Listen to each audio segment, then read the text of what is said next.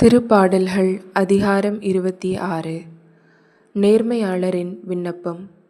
ஆண்டவரே, நான் குற்றமற்றவன் என்பதை அறிவியும். ஏனெனில் என் நடத்தை நேர்மையானது.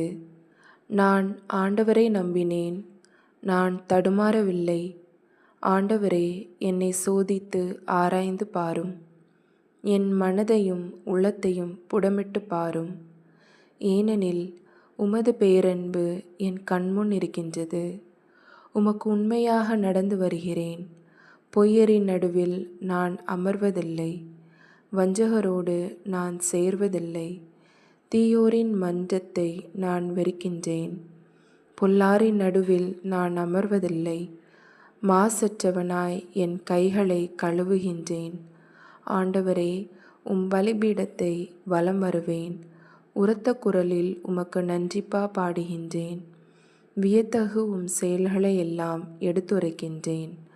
ஆண்டவரே, நீர் குடிக்கொள்ளும் இல்லத்தை நான் விரும்புகின்றேன்.